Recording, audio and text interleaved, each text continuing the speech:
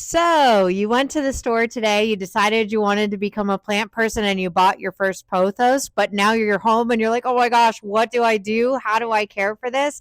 Let me give you my top 3 tips for taking care of your new plant baby.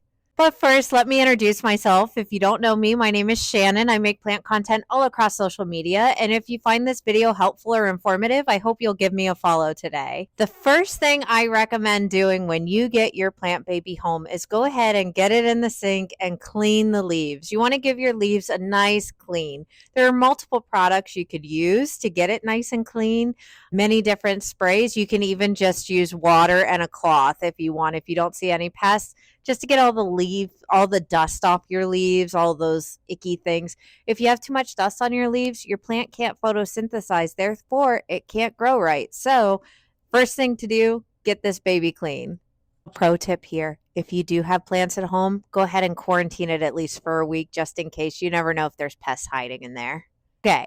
So the next thing I would recommend doing is let it settle. After you've let it settle for a week or two, just during your quarantine period, then you can go ahead and have a look at the soil. As you're a beginner, you're probably unsure of what kind of soil to use, and you hear everybody saying, you got to use chunky soil mix. You got to use chunky soil mix. And yes, you do need to use chunky soil mix. Don't expect you to mix your own. You can if you're curious. I used to do that for a very long time where I would mix my soil with orchid bark and charcoal and perlite, lava rock, and all of those things so that way my soil would be nice and chunky.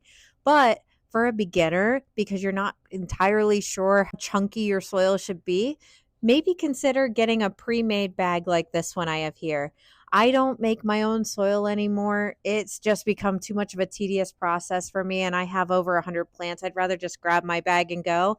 So that's why I use this soil from Grow Queen. It's already mixed for me. Instead of using perlite, they use pumice, and it's just a wonderful, wonderful product. It's really, really chunky and perfect for your plants. So recommend absolutely picking up a pre-mixed houseplant soil that's already good and chunky so that way you can kind of see how it should look. My third and final tip for this video is going to be making sure that when you do repot it into your soil that you have clear plastic pots. Clear plastic pots absolutely eliminate any guesswork when it comes to watering your plant.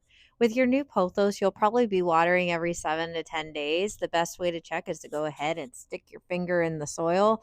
I like to water when the soil is dry to about my middle knuckle here. That's how I go about it. Or you could even get a moisture meter to kind of take the guesswork out of that too. But if you're using clear plastic pots, you can keep an eye on your root systems to make sure they're nice and healthy. You don't see any rot, you don't see any yellowing, and you can tell when your plant needs water. You can see that there's not a whole lot of humidity around the roots. So it's a really great idea to use clear plastic pots, especially when starting out. And hey, if you don't like the look of them, you could always get a cover pot to cover the clear pot. And that's it for today's video. I hope you found it incredibly helpful. If you have any questions, make sure to hit me up in the comments. I'll be happy to answer them. And if you found this video helpful, I hope that you'll share it with your friends and give me a follow. I'll see you in the next video. Bye.